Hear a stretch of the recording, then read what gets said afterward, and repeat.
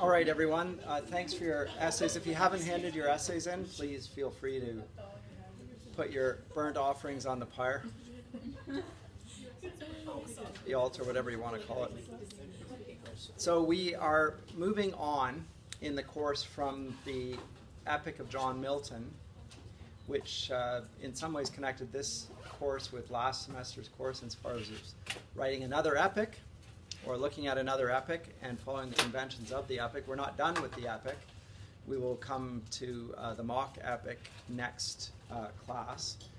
But I wanted to take a little bit of time to do a little less literary approach today and look at the period which we call the Enlightenment. And when we do that, we're in a problem of terminology in this period, because you'll find all sorts of descriptions for this period coming from different disciplines. And let me just talk about that, and it is a bit confusing. Enlightenment is more of an intellectual description, a philosophical description even. The 18th century French thinkers spoke of themselves as la lumière, the enlightened, and it's a self-description, and to some degree it doesn't exist in isolation. It is meant as a contrast to something that had existed before that, namely a period of great darkness. But what is that darkness? Because by the time we come to the late 17th, early 18th, or even to the 18th century, the scientific revolution has already started, right? And the Reformation has happened.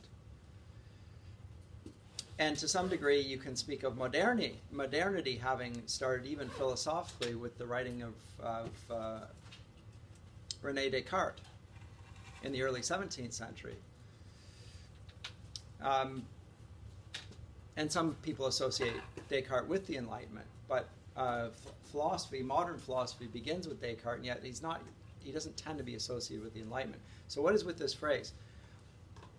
I've mentioned it already, I think, in the class last semester, that it goes to some degree hand in hand with the description of the medieval period as the Dark Ages.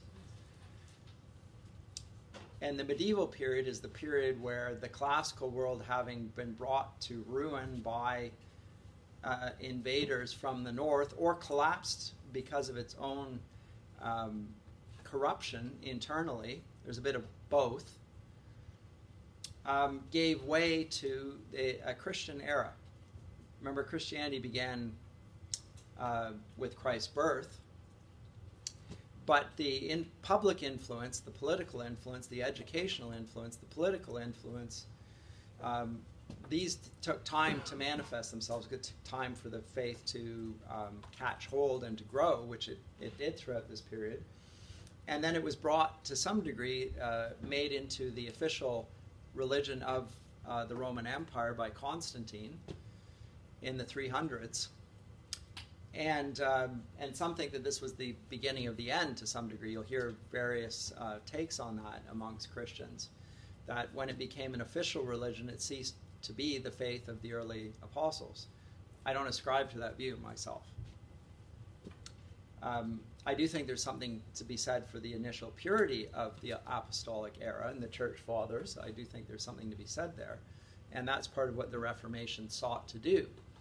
But that doesn't mean that the Christian faith ceased to exist, which you will hear from some accounts. And I just don't even know how that's even possible, because if the Holy Spirit is God himself working in his people, the church, there can't be a hiatus of over 1,000 years. It just makes no sense. I think it's actually a faithless viewpoint. It hasn't looked at the topic very carefully. In this period of the so-called Dark Ages, what we have is the eclipse of, the Roman Empire doesn't die either.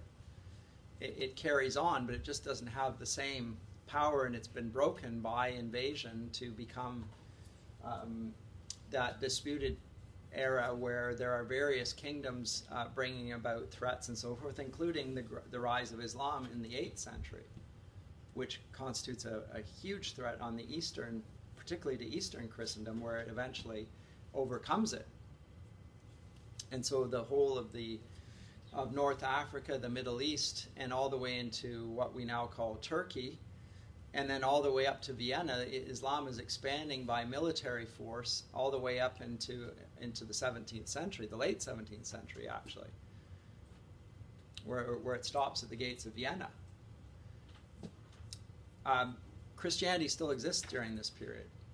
And furthermore, the classical world and its culture is preserved largely by Christians, and it's preserved in monasteries. So rather than being a public political force, there's a retreat into monastic life. And these are places of scholarship, as well as, monasteries are famous for feeding the poor and so forth, but it's a preservation of learning, and teaching and schooling is happening, and Christians are doing the schooling. There are various revivals in that period, Charlemagne in 800 and so forth. But these dark ages are where there are advances in scholarship and learning, and largely they keep the flame of the civilized world alive in monasteries. And then they, in the 12th century, there is a renaissance of sorts, which we can see flourish in the Renaissance. We saw a bit with Dante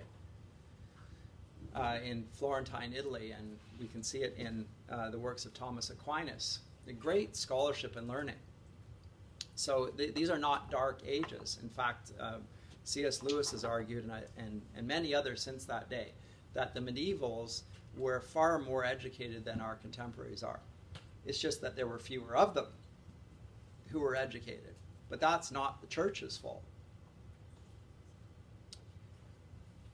And this was an age of intense scientific endeavor. And that scientific endeavor advanced come the 17th century, largely at the hands of Christians.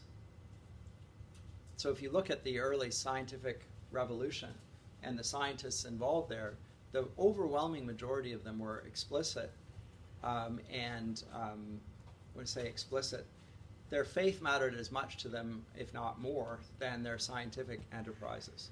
In fact, they connected the two together. They thought it was good to explore the scientific order for God's providence and God's design. And they thought they could find something there as well, that it was right for them to do so. Lots of books I could refer to on that subject if you're interested, but in the 18th century, the portrait of it was very different than the one I've just painted. It was that these were dark ages in which people were motivated by dogmatic religion, strife, corruption of not just the clergy but in general, and we've now come to a new era. An age of light as opposed to darkness. So Christendom brought darkness, and we are returning initiating an age of great enlightenment.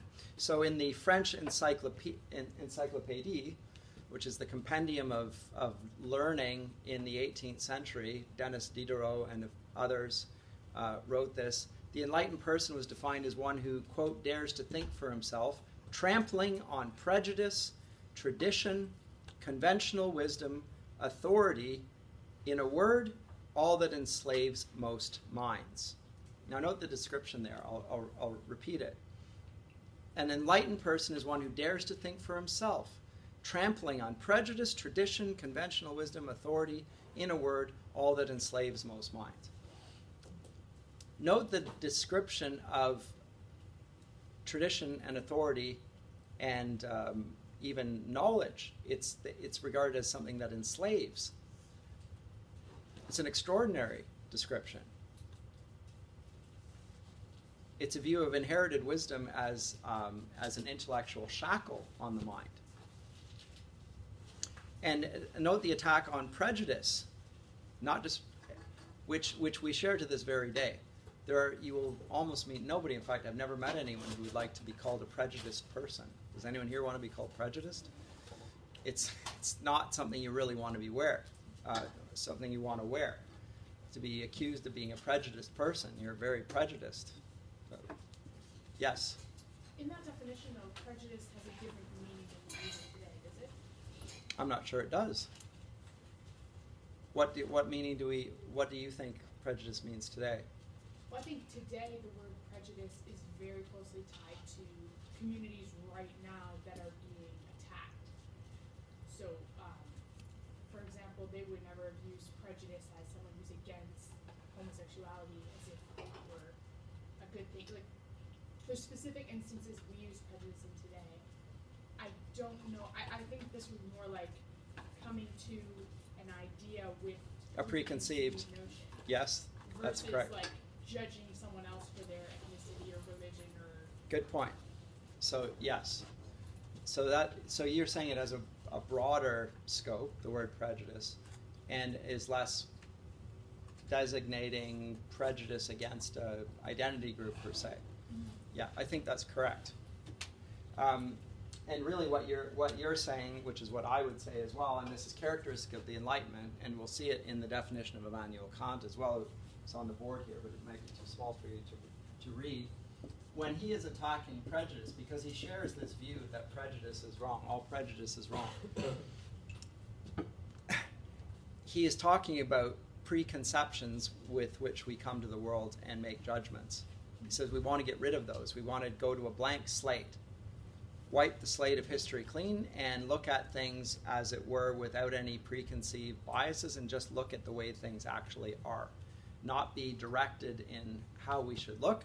And so Kant says the Enlightenment is man's emergence from his self-imposed nonage or tutelage.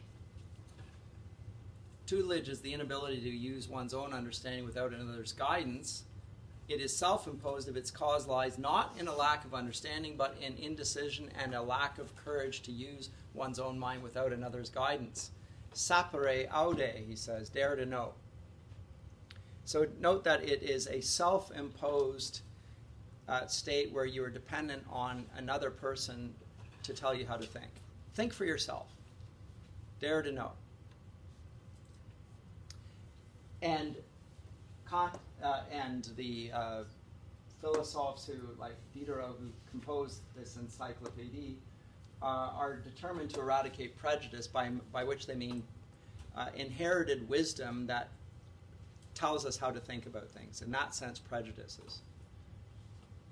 Right? So a very broad sense, not hateful bigotry against gays, against blacks, against whatever identity group. That's not really what they're talking about. They're really talking about a broad-based definition of the point. So if you prefer, prejudice in the sense of prior judgment. So leaning on the judgments of somebody else and citing their authority. So the Bible says that, or Aristotle says that, or John Calvin says that, or Martin Luther says that, or whoever you want, citing an authority and letting the authority speak to it, and then trusting that the authority is correct on it. So let's begin with what people before us have said. The Enlightenment wants to get rid of all of that. Let's do it directly ourselves. So the Enlightenment, in one sense, it inherits the scientific perspective of the scientific revolution and the experimental method. Remember the experimental method, which you learned in high school science classes.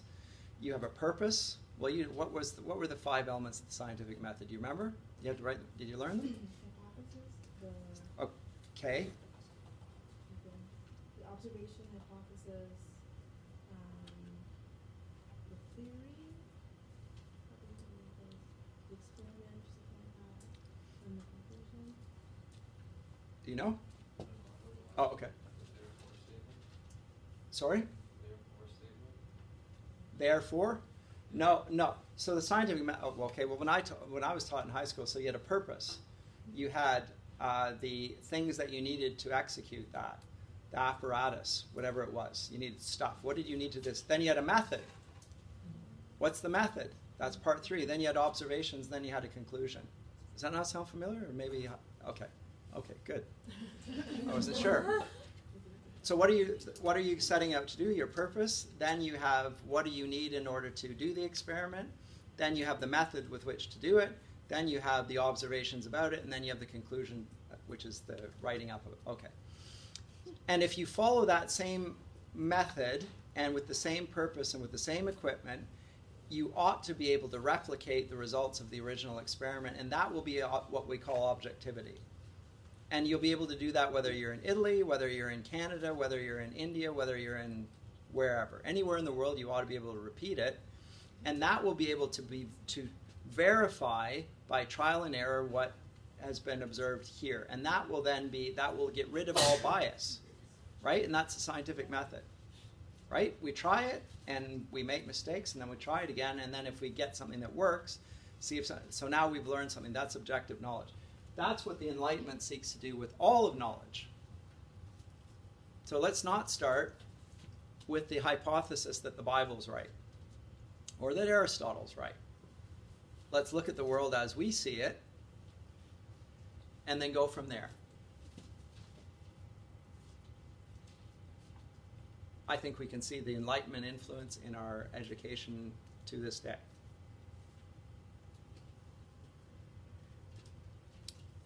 This is an attack on inherited wisdom, however, and it goes totally contrary to all methodologies and all forms of education that preceded it, which largely trusted the inherited wisdom of our forebears. They might err, but there was something of that. There's some substance to the positions that they held, and we start with the assumption that they have something true to say and not that we need to disprove everything or we need to test for ourselves from ground zero. So, but Kant and the Enlightenment were opposed to prejudice, and they want to get rid of the prejudice. And that was their whole methodology. And there's a problem with the Enlightenment methodology, by the way. What's the problem with trying to get rid of prejudice? That the statement that prejudices are obstructions to knowledge, and therefore we should get rid of them. What's the problem with this statement? It's a prejudice. It's a prejudice against prejudice.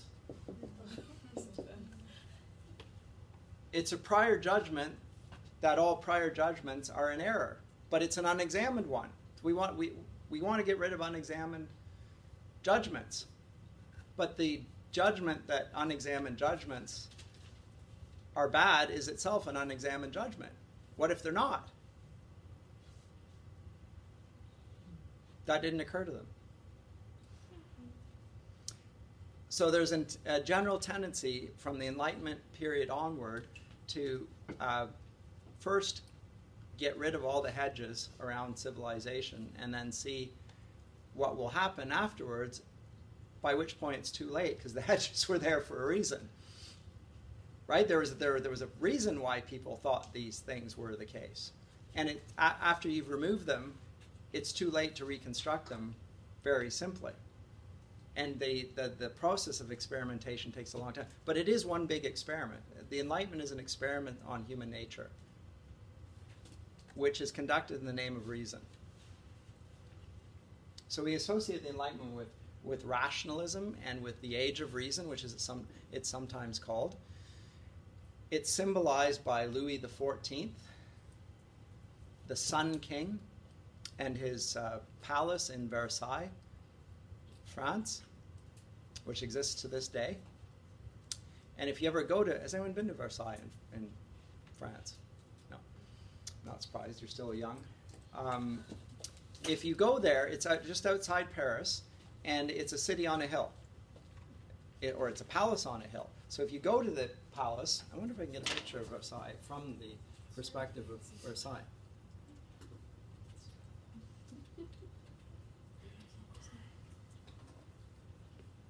Go away. Okay. So this is from within. I wonder if there's anything. I don't think I'm going to get the right vantage point. We're not. So this is all looking down. You can see all of these things are magnificent. And portrait downward, it's sort of like that. This is from the Palace of Versailles looking down on the gardens. But if you were sitting from the point of the palace and you were just looking outwards from there, not down, but just simply looking out, you see nothing. There's nothing on the horizon. You actually can't even see any of this. So you stand up and above, and there's no prejudice. There's nothing that impedes your vision. So it's like you're looking from the vantage point of heaven. That's how it's been built. It's been constructed so that it has that sort of sight line. Now, if you look down, you can see different things. You can see symmetrical shapes. You can see perfect ordering. And that reflects the age of reason as well. It's following mathematics and mathematical design and notions of proportion in order to create a certain view of the way in which reason and culture ought to integrate. And their view of reason and culture is that it ought to be heavily rationalistic. So French gardens are like this. And Italian gardens are like this, eventually. But certainly French gardens are reflections of the rationalism. Now you'll note, and you can't see it as well here, but if you're driving up to Versailles as well, all the trees are equidistant. So exactly planted, and they are the same height and the same shape. They all look the same. It looks like it's artificial. So it's a view of the right relation of reason to nature and how we ought to relate to nature. Reason will perfect nature. Christians say that grace perfects nature. The Enlightenment says that reason perfects nature. How does it do so? It takes its eyes away from nature, actually. Because nature is a prejudice. It's something that's there. We need to eradicate that prejudice and then impose that mathematically precise rationalistic prejudice upon nature. And the best way we can do that is in terms of uniformity. One final comment on this. When it does that, it has a social effect. It starts to view people as numbers that can be quantified. We're going to come to Swift's modest proposal, which will do that. But the age of reason in general sees people in terms of numbers and seeks to quantify everything, because again, numbers are something that are amenable to reason. Qualities and wisdom itself is not something that can be quantified. And so it doesn't value it. If it can't be quantified, if it is not amenable to the methodology of power and observation, then the Enlightenment tends to discard it. By the way, there's an alternative understanding of the relationship of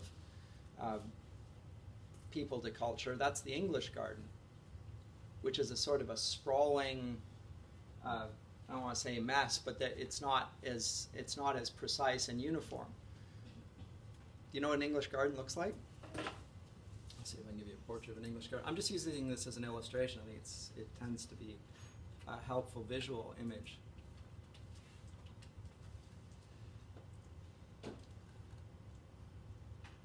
Okay, so whatever. I mean, you can take them from anywhere, but like this.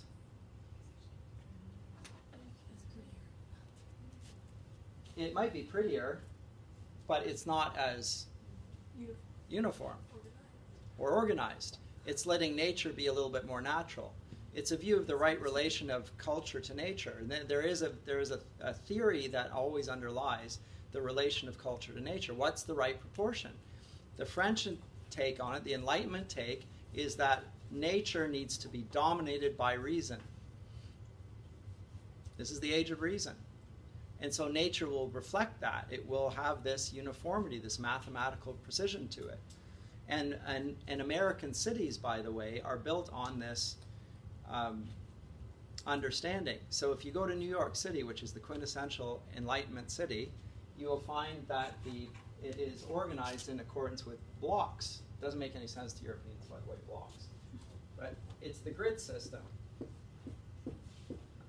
Right? They're equidistant, the streets, whatever. So you got 1st Avenue, 2nd, 3rd, 4th, 5th, all the way along. So if you come to the city for the first time, and you want to know where Fifth Avenue is, well, it's 5 streets north or south, whatever, and the streets are the same distance, so it's square. Well, it's easy to find your way around New York City, or at least Manhattan, precisely because it has been constructed that way. Whereas an old city, go to Paris or London, it looks like spaghetti thrown on a table. And that's because it took time to develop that way. It wasn't planned and constructed that way. If you go to Paris, Paris is a beautiful city, by the way, and it's been constructed so that it's got grand vistas. Like you can see for a long distance, and then the landmarks on it are highly important and symbolic ones. But those sight lines are visual, and Versailles is also a representation of that. You don't get those in other cities. So it's an idea, or it's an ideal being imposed upon the world around us.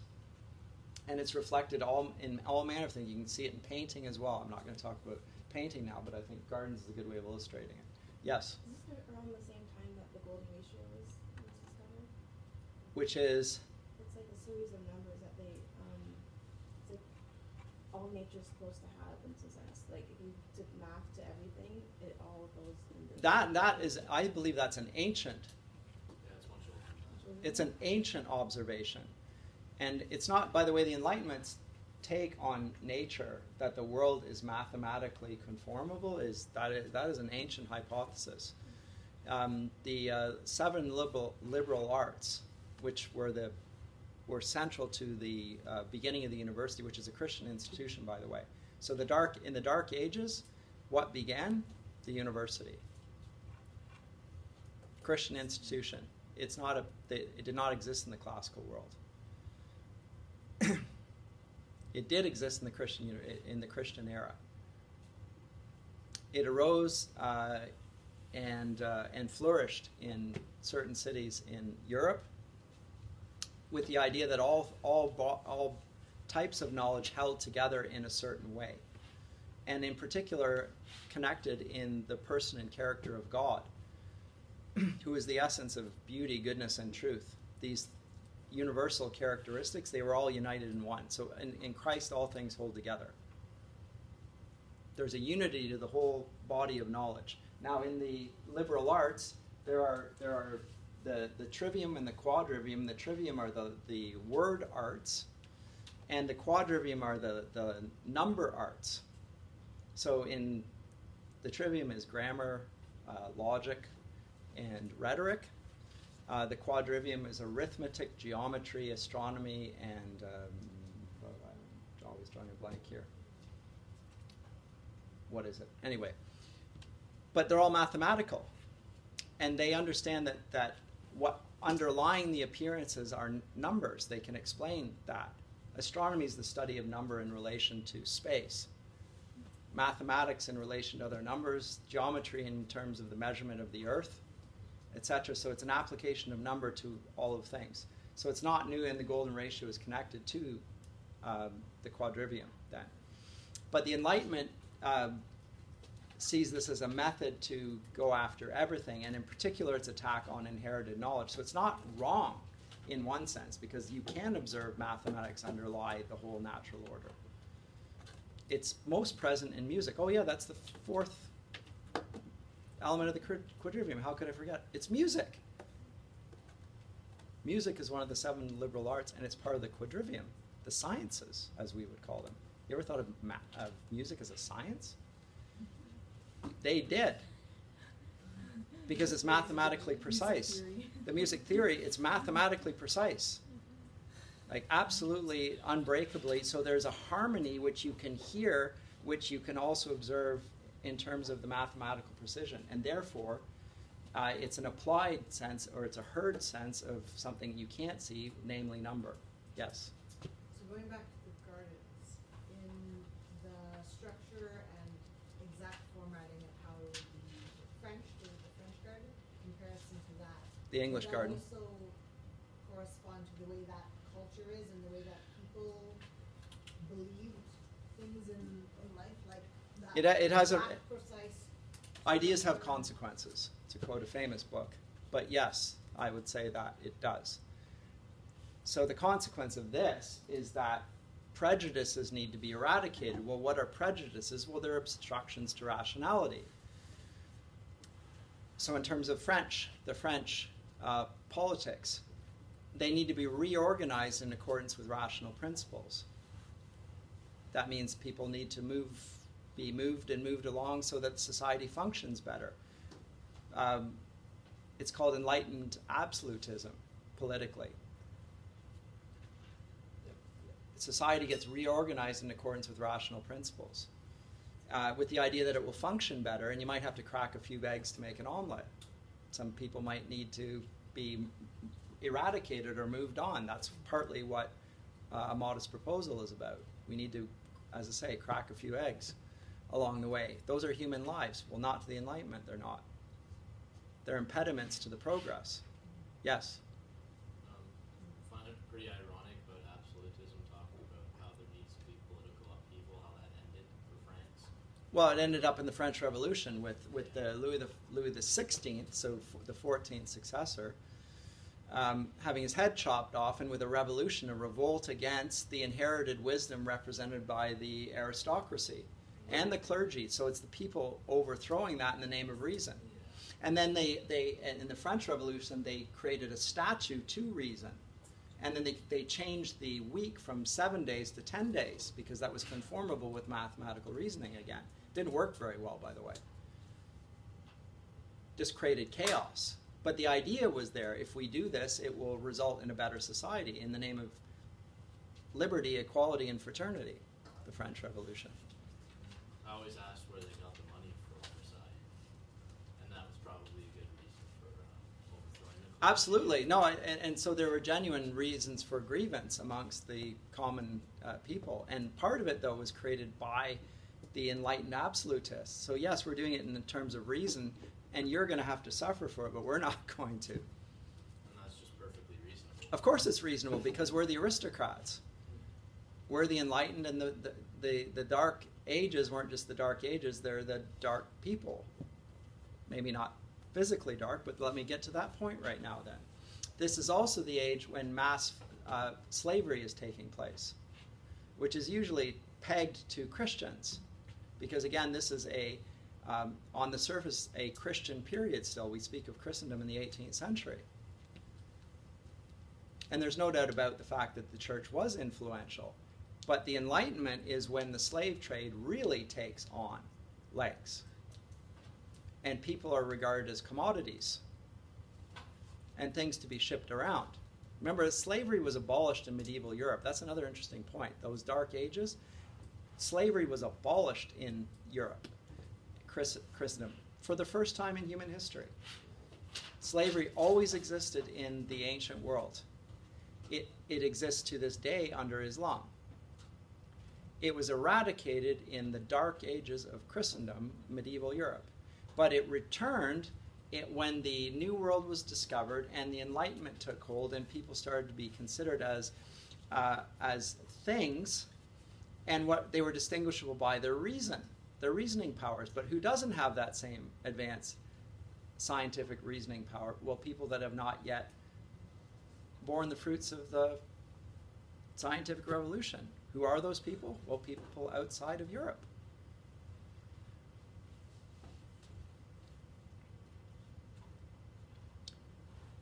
So that the slave trade was an abomination. I connect it to the Enlightenment.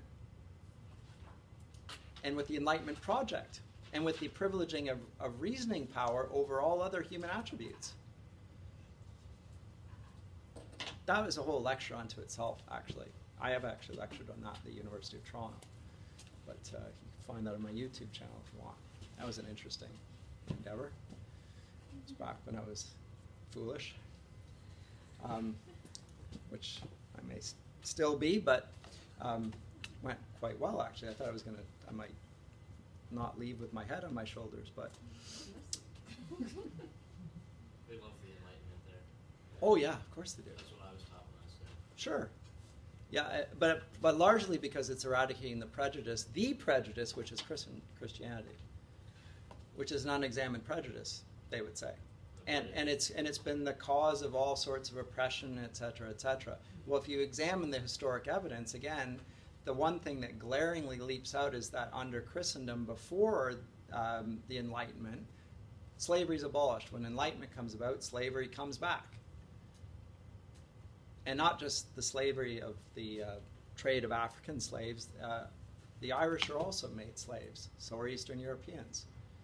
So all vulnerable people. They start being considered to be commodity by the intellectuals, the very intellectuals that are bringing about the Enlightenment. But in general, the whole vantage point that I think that results from this is that they look upon humanity as they incur two things. One, there's an enforced amnesia forced on the populace by the method.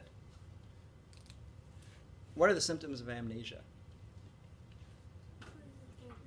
You forget everything, right? You can't remember anything. But one of the worst things about it is you don't remember who you are either. Can you imagine how terrifying that is? There are novelists who explore this topic, by the way, the loss of your own identity. Because you imagine if you suffer from amnesia and you're at home and you wake up and all the people that are living in your house, you don't know who they are.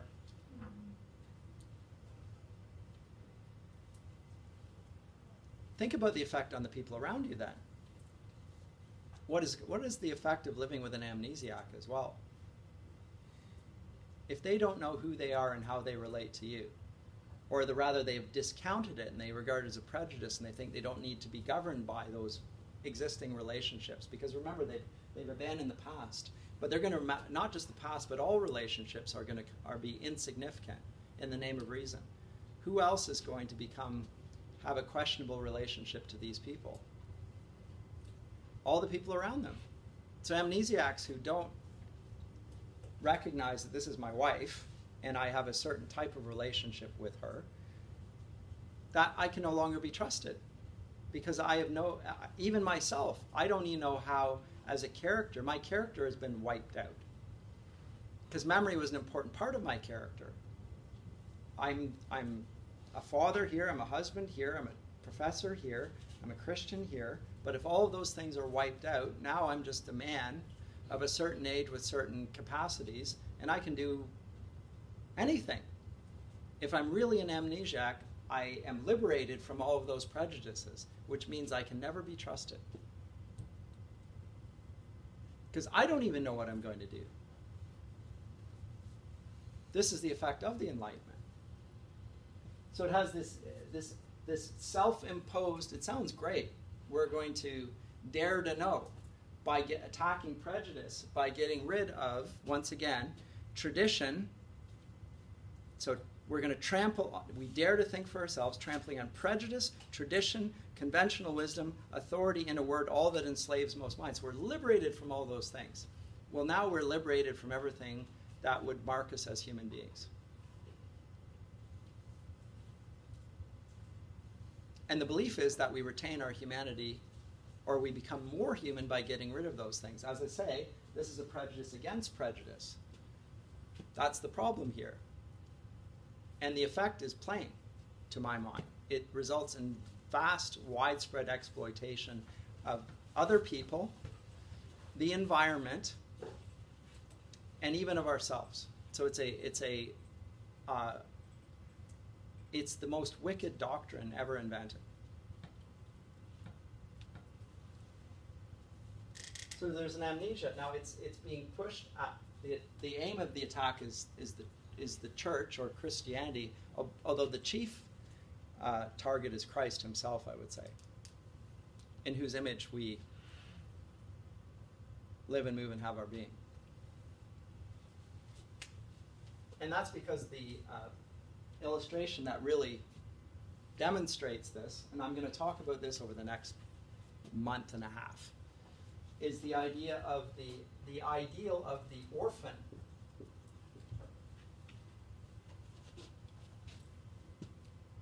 The orphan becomes a hero in the Enlightenment, which is an extraordinary state of affairs. The biblical view of the orphan is that it is a pitiable state in need of special protection, just like widows. These are people who have been bereft of something that's important to their humanities. The widows are in a terrible state. How much worse the orphans? They're not able to fend for themselves. At least widows are adults. They're going to have to, they're also vulnerable, not nearly as vulnerable as orphans. In this period, and the period that follows, the orphan becomes the hero. Why? Why would an orphan be the ideal hero for a culture that wants to impose amnesia as the ideal? Yes. Because they don't have any prejudice from before. Of course. What else? What else don't they have?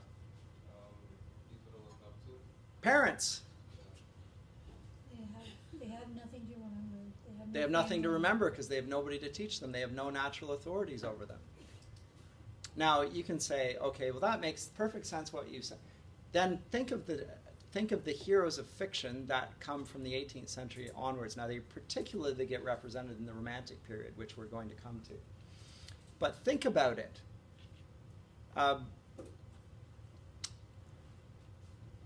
Charles Dickens' heroes. Do you know any Dickens? The heroes are orphans. The Romantic poets, their heroes are orphans.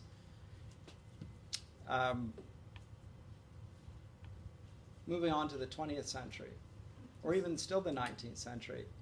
Anne of Green Gables, what is she? Orphan, okay. But there has to be other people. Let me think here. How about comic book superheroes? Oh yeah. How about James Bond? Oh yeah. How about Disney characters? Oh yeah. Yeah, Annie was Little Orphan Anne, they're all orphans. There's such a strong pattern of orphans as heroes. Remember, the hero of any, we go back to our story on the epic and who the heroes are. The hero is somebody that we're to seek to model and emulate. This is somebody we want to be like. Why would people who have parents want to be like orphans? Because they're being encouraged to think for themselves, follow the pattern of this hero you see here. Charlotte, the Brontes as well. Orphans, over and over and over. You're to think for yourself and you are to develop your own path in life. Dare to know. Dare to think for yourself. Well, an orphan doesn't have any choice. And we're to follow their example. So the modern novel is inculcating or teaching its audience to think as orphans and not to trust on anyone's understanding but their own, to follow their own wisdom. You can eat. Anyway, yes? Sorry? Tutelage.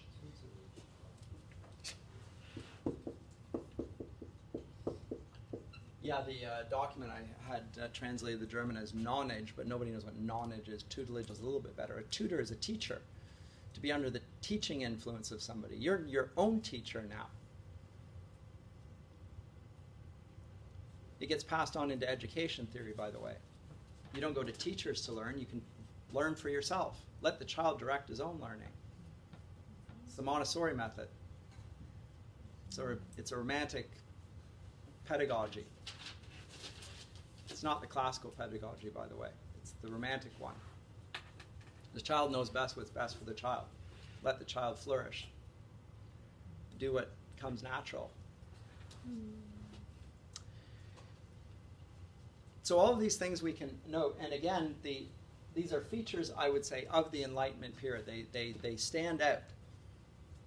So I said that that slavery was abolished from the European Christendom, and then it reemerged, and then it was abolished a second time. Who abolished slavery the second time?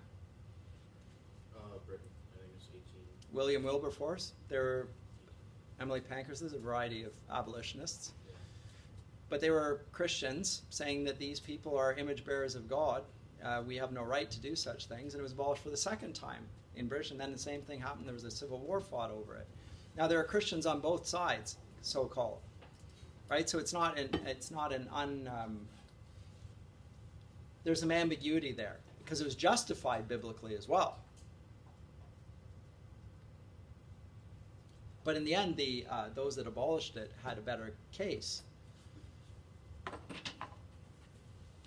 And so it's abolished. It's coming back now, by the way. How come? Because we don't have a view of human beings as bearing the image of God, and by their very human nature as having an integrity that ought to regard them as our fellow human beings. In other words, the loss of the importance that Christianity has always taught has been lost socially. It's not emphasized at all. And now we're pursuing equality. Does equality recognize the integrity of every person, or does it seek to just make them all the same? So if we allow slavery on the one hand, which is a bad new thing, what happens to everybody who isn't a slave if we're going to make them all equal? We'll enslave them all. So everyone becomes a slave of the state.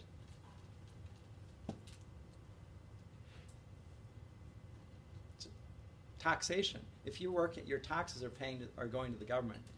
You're paying for somebody to look after you. That's what you're doing, right?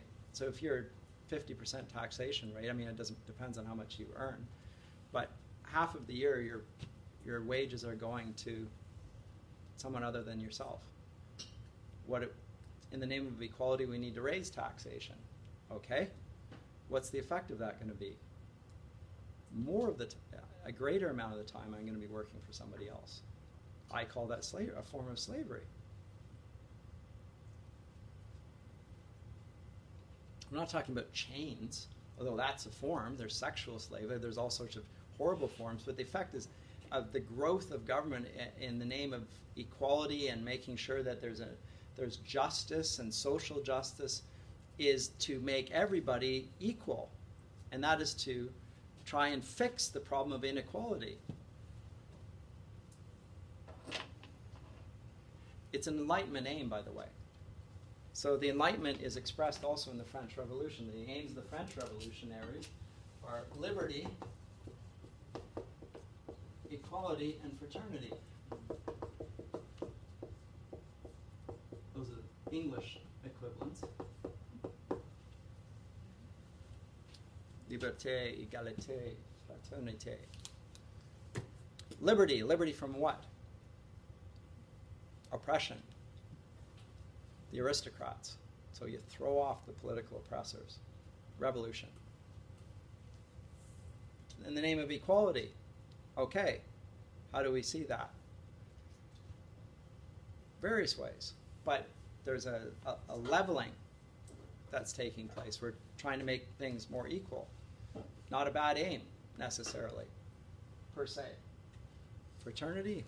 Not sure. Most people find that point a little bit more challenging. But one thing equality does is it means that you cannot differentiate between people. What will the effect of that be?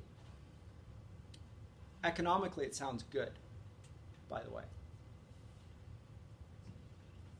It will mean that you will treat the saint and the criminal equally. Because you have to. Equality is the ideal. So you're going to diminish the consequences of crime. You're going to diminish the consequences of virtuous conduct. No? In the name of equality. If you in this classroom wanted equality in the class, I could give you all the same mark.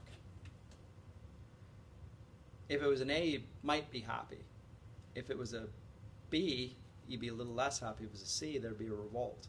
If I failed you all, there'd be a massacre. Actually, it would just be a one-person massacre. But I'd be treating you equally, right? So equality is not going to solve the problem.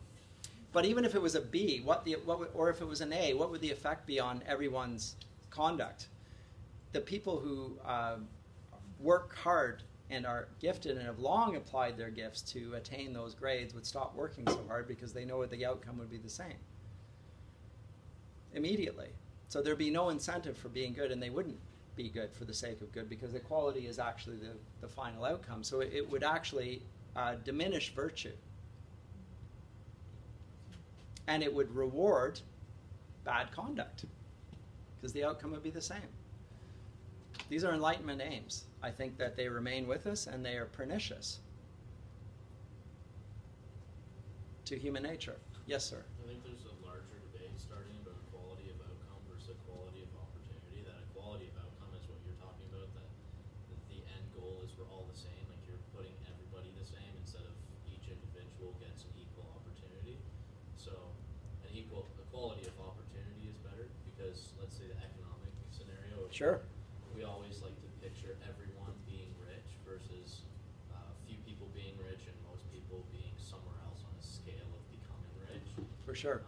But the equality of opportunity, instead of fantasizing about the utopia, the equality of outcome, instead of fantasizing about the utopia of everyone being rich, it actually makes everyone poor. But equality of opportunity actually strengthens class mobility. So It does. Yeah. Although it also, it must be said, as soon as you allow equality of opportunity, some people are going to get rich and other people won't, because of their natural aptitude, because of their industry, that is how hard they're willing to work. What are you going to do with that then? Well, that pretty much already happens until It does. taxation makes a whole system.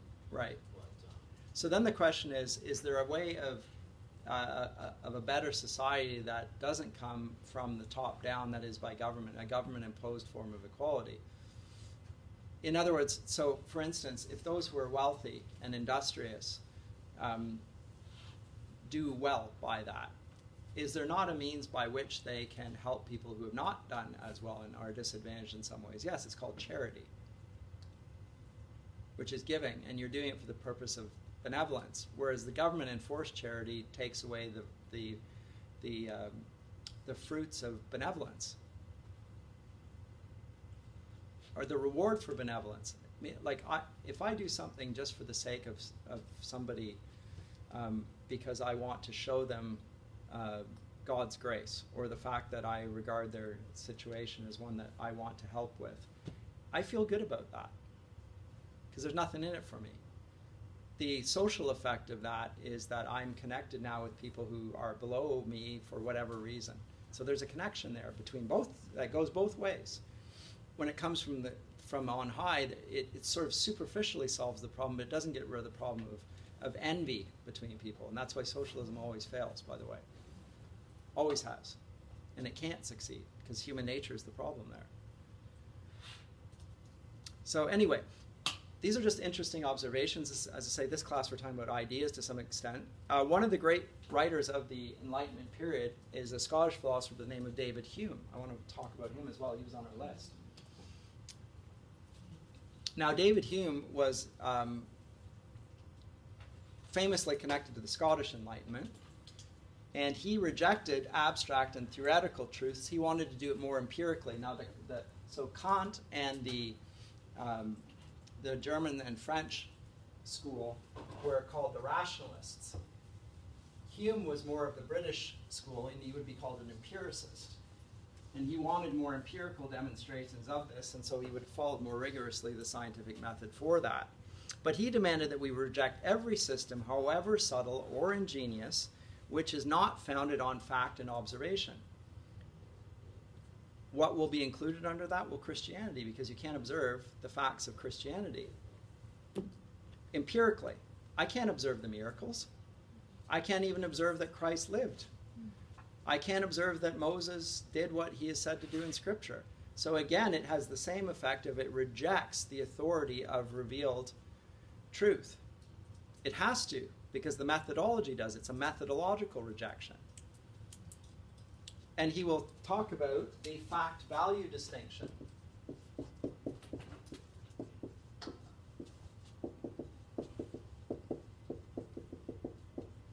That's a phrase that harkens back to Hume.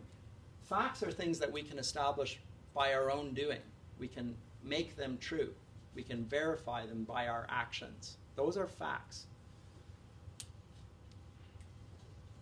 And we can all agree on that. in any situation. Those are what he calls facts. And that is what we are to be pursuing. On the other hand, there are things that are very important, like Christian convictions. Which they call truth, he would say, but we will say they value it, but they're not really facts. They're values. Note that in his system they get downgraded from truth to opinion on matters on which we can differ. So they lose their status as having truth. So now when Christians even talk about Christian values, they're tacitly falling into Hume's paradigm of saying these are things that we believe but aren't necessarily true. Or they're charged by the Enlightenment types of imposing their values as if they weren't true. But that's what you're confronting there, by the way. By the way, under those values, what fits under those values? So Christianity in general, but also I would say all of the things that we just observed that amnesia and the model of the orphan gets rid of, namely the past, tradition, wisdom. Those are all rejected under this paradigm.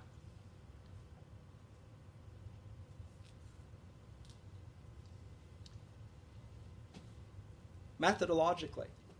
So miracles are impossible, says Hume. Any accounts of miracles we must reject as something we cannot know. We can't say it's false. We can just simply, we can't know it. And therefore we ought not to follow any religion, any system of thinking which will adhere to those things as central to its tenets, Christianity being one of them. Right? So we may value that and we think it's good, it makes us feel good, but it's not actually true. Now that fact-value distinction plays its way out in the humanities as they take place, to the point where in the 20th century, a writer by the name of C.S. Lewis, who you've heard of, writes a work. He's not the first one to observe this, but he writes it very well. Writes a short little book called The Abolition of Man. I think it would help if I could spell. In which he talks about how matters of beauty and goodness get dismissed as being merely subjectively true, but not objectively true. And Lewis observes if that's the case, then every educational system, every religious truth historically has to be rejected. And it has been. And the effect of it is, he says, it creates men without chests, people without virtue. They don't do the right things for the right reason, because they don't think that right is a category that they ought to operate in accordance with. Why should I be courageous if courage is not something that is not demonstrably correct? Courage is just a relative term. Or why should I be faithful to my spouse? Faithfulness, I might value that, but it's not actually empirically true. Faith can't be something that is objectively valid for all people. It's a value. It's not something that I can establish as a fact. So it hollows out virtue, is Lewis's observation.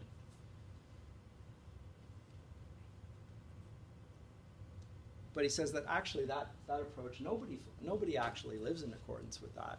Here's an illustration I use for a Christian audience on this front. But I don't know if it has any potency here or not. Churches not that long ago were divided in the worship wars, and of course those are like hymns and those are like worship chorus. Younger tend to be worship choruses, less so hymns. It took place before it, and so much so, I came to faith in the mid-90s, and it had already happened by that point. I didn't even know that it had taken place, but it had taken place. And what I observed was that there were people and they tended to be older, that really liked old hymns, but the younger people didn't want any hymns. They wanted only worship. Now, you would think that they could reach some sort of a compromise of some sort. But they were unwilling to do that. And I thought, this is totally unreasonable. I don't understand why that it's not possible to reach some sort of compromise on this. But then the more I thought about it, I understood exactly why. Because the people perceived there to be something beautiful in the types of music, and they weren't willing to compromise on it. So what are they saying? That there is truth connected to the beauty. And moreover, it's good for me. That's what they were saying. On both sides. So they would not bend.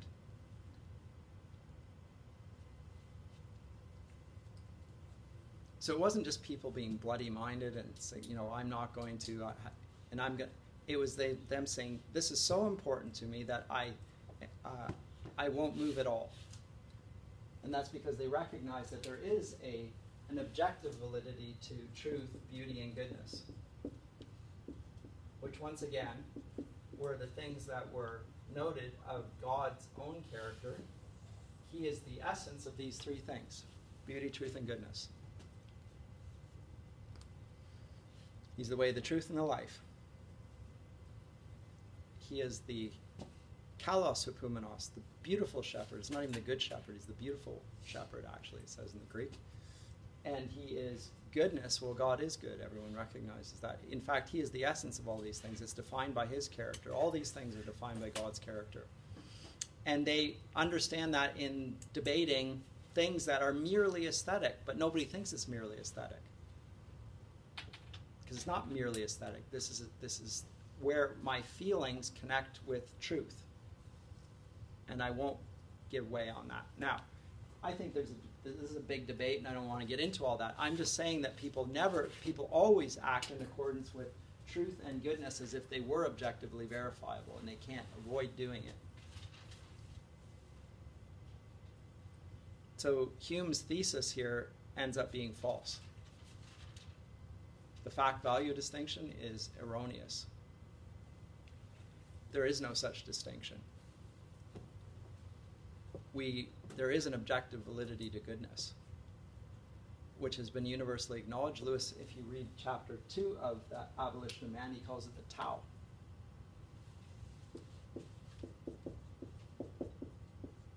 Which he says is true of Christianity, but it's also true of Islam and Judaism and Buddhism and Confucianism and so forth. There are generally observable traits of conduct which are universal. They're saying basically the same thing. He says this is one demonstration that values are not merely subjective, but they have a sort of universal assent to their objectivity. Anyway, back to Hume. He's writing here from a little work called Of National Characters. I'm just going to read you from this. So the empirical methodology which he pushes here leads him to all manner of good things in certain respects. But it also leads him to these statements. Now, it's interesting.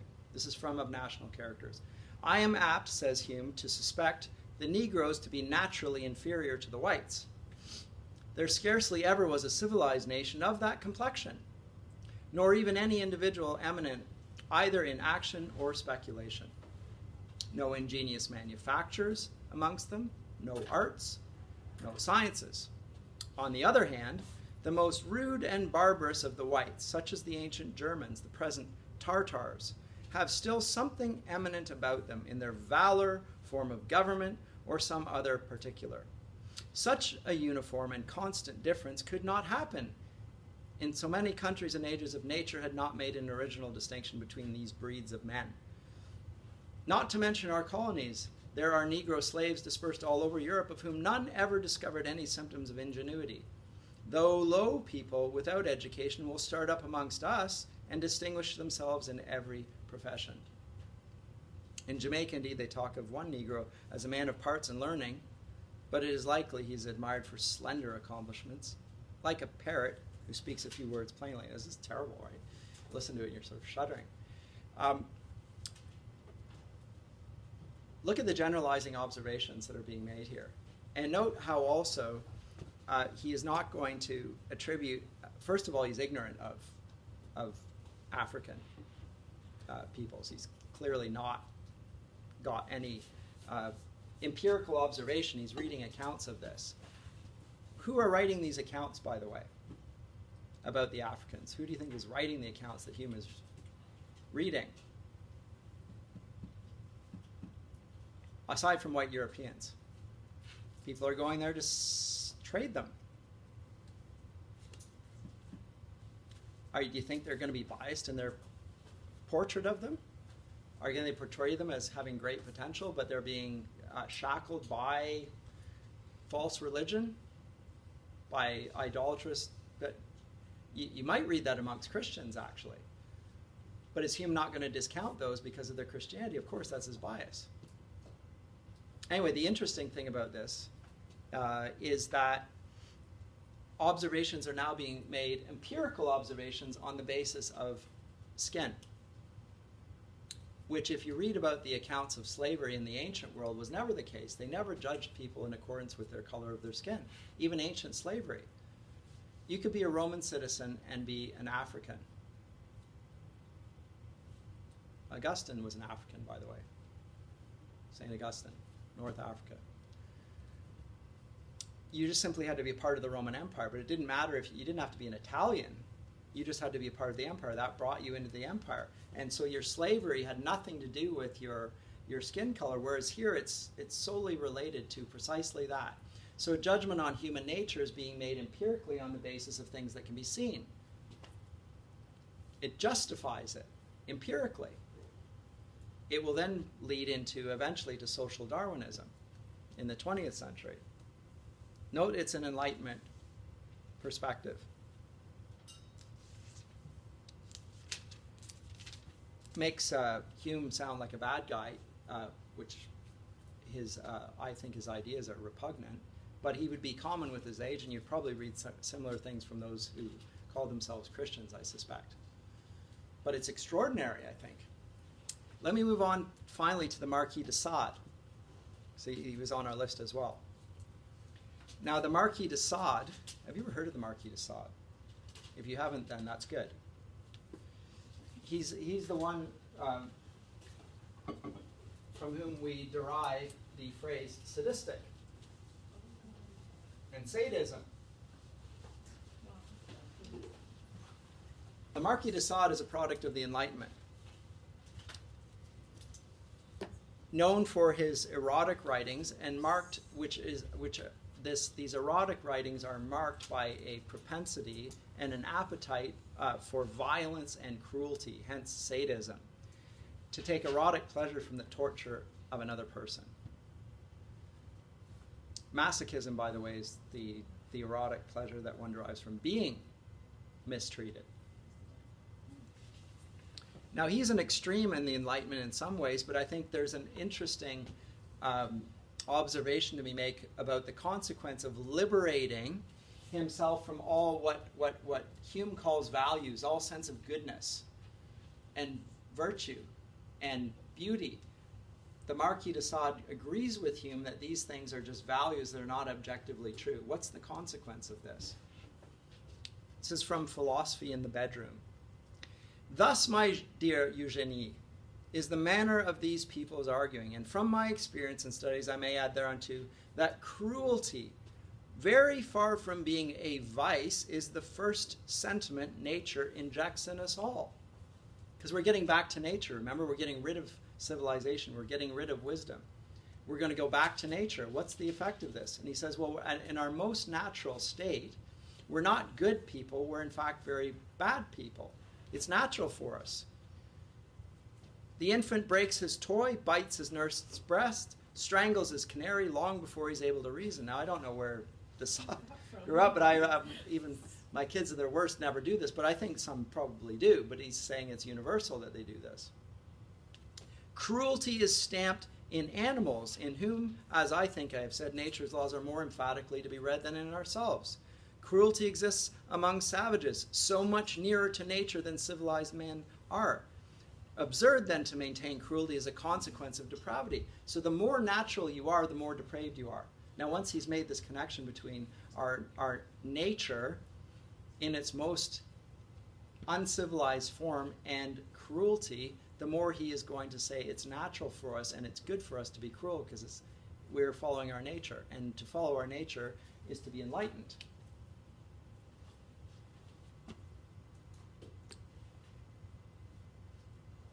I repeat, the doctrine is false that cruelty is a consequence of depravity. Cruelty is natural. All of us are born furnished with a dose of cruelty. Education later modifies. But education does not belong to nature. Remember the French perspective on nature? Make it conformable to reason. Get rid of it. Its natural tendencies. And is as deforming to nature's sacred efforts as arboriculture is to trees. In your orchards, compare the tree abandoned to nature's ministry with the other your art cares for, and you will see which is the more beautiful. You will discover from which you will pluck the superior fruit. Cruelty is simply the energy in a man's civilization that has not yet altogether altogether corrupted. Therefore, it is a virtue, not a vice. To be cruel is virtuous. Repeal your laws. Do away with your constraints, your chastisements, your habits, and cruelty will have dangerous effects no more. So the problem is the laws that impede these things. It's not actually cruelty. If we just let cruelty be cruel without consequence, there will be no more problems. He's consistent. Since it will never manifest itself save when it meets with resistance. And then the collision will always be between competing cruelties. It is in the civilized state, cruelty is dangerous because the assaulted person nearly always lacks the force or the means to repel injury. But in the state of uncivilization, if cruelty's target is strong, he will repulse cruelty. And if the person attacked is weak, why the cause here is merely that of assault upon one of those persons whom nature's law prescribes to yield to the strong. 'Tis all one, and why seek trouble where there is none?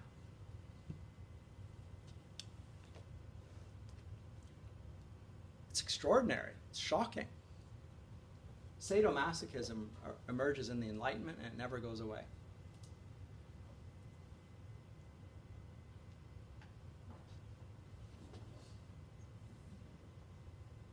What is man, he goes on to argue a little bit further on, and what difference is there between him and other plants? Between him and all the other animals of the world? None, obviously. Fortuitously placed, because note that he got rid of any distinction of human nature. Where would we get that idea from? What's inherited wisdom? But we can see that we have appetites just like animals. Yes? So would you say that he is just kind of playing out this philosophical idea? Yep. This is really just the way he lives his life and wants Both. He's consistent with it. There's no inconsistency in what he's saying. It's consistent with the Enlightenment. But in how he personally lives. Oh, he's a sadist, yeah. He's notorious for it. So he got erotic pleasure from torturing other people, and he himself being so. Does it not still take place? What's the societal condemnation for sexual abuse of other people? As long as they're consenting. Is it okay? As long as they consent, there's no societal judgment in Canada now for sadism. Whereas historically there would be, because the person bears the image of God, therefore you can't treat him that way even if he wishes to be brutalized.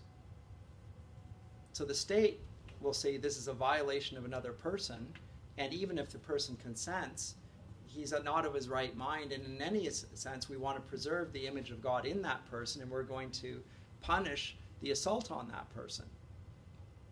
Because the other thing about being victimized is, after a while, you will know this if you've followed the psychology of victimization, is after a while you think you deserve to be victimized. You might even start to like it, but you certainly will think you deserve it and you're beaten down, and you won't actually say, I want this to stop. Because it's the only way to allow you to cope with the brutalization is to some way think that you're in control of it, you're letting it happen. Otherwise it's too terrible to live with. At that point you need somebody to say, actually this is unacceptable, and so forth. But in accordance with our philosophy, as long as people don't dissent from it, it's okay, it's permissible. This is a consequence of the Enlightenment once again.